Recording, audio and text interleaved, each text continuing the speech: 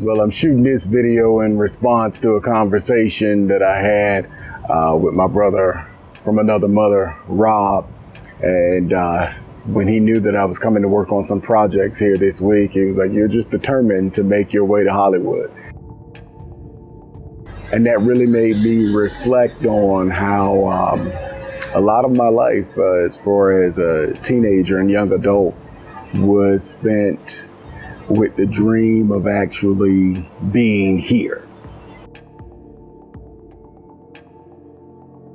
People of a certain generation, if you were born in the mid to late 70s like I was and grew up in the 80s and 90s with cable TV, we spent a lot of our time being influenced by Hollywood, movies that are made in the industry.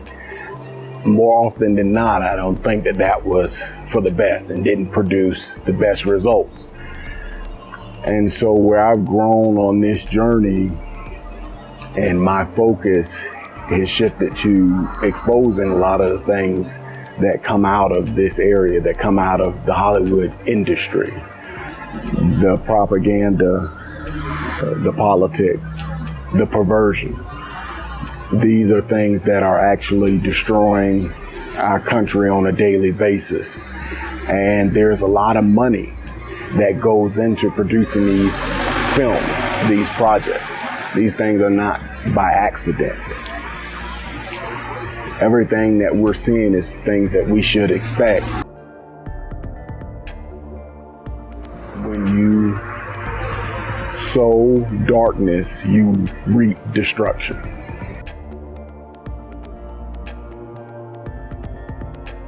There's an awesome film that has been released recently, and I'm so blessed by the impact and the numbers, the sales that it is having, and that is The Sound of Freedom. And it focuses on the evil and the darkness of child sex trafficking that is happening in the United States of America. And when you when you really dig into it, you start to see that these things aren't happening in a bubble or in a vacuum. These are things that have been going on for quite some time. Light is being shed on it now, and so now it's starting to be exposed. Dr. Vodi Bakum did a powerful teaching. He has many powerful teachings, but one of them, he explains the importance of jamming, how it works, how you basically promote certain behavior in a society, how you get the majority and the mainstream to accept perversion as normal, as a process. And when you think of where I am, this is the epicenter of that process. And so the things that are being promoted that we see now they weren't thought of yesterday. They were thought of 3, 4, 5 decades ago, even longer than that in some cases.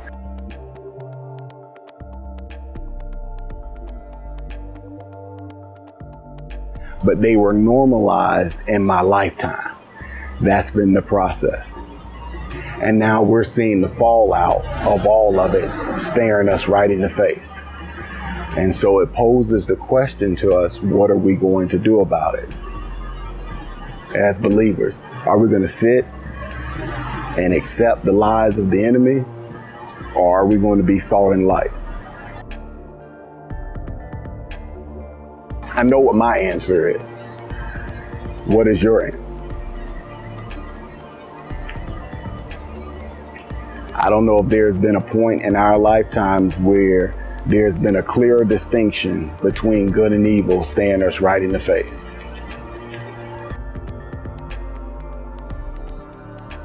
So for me, the actions are quite simple.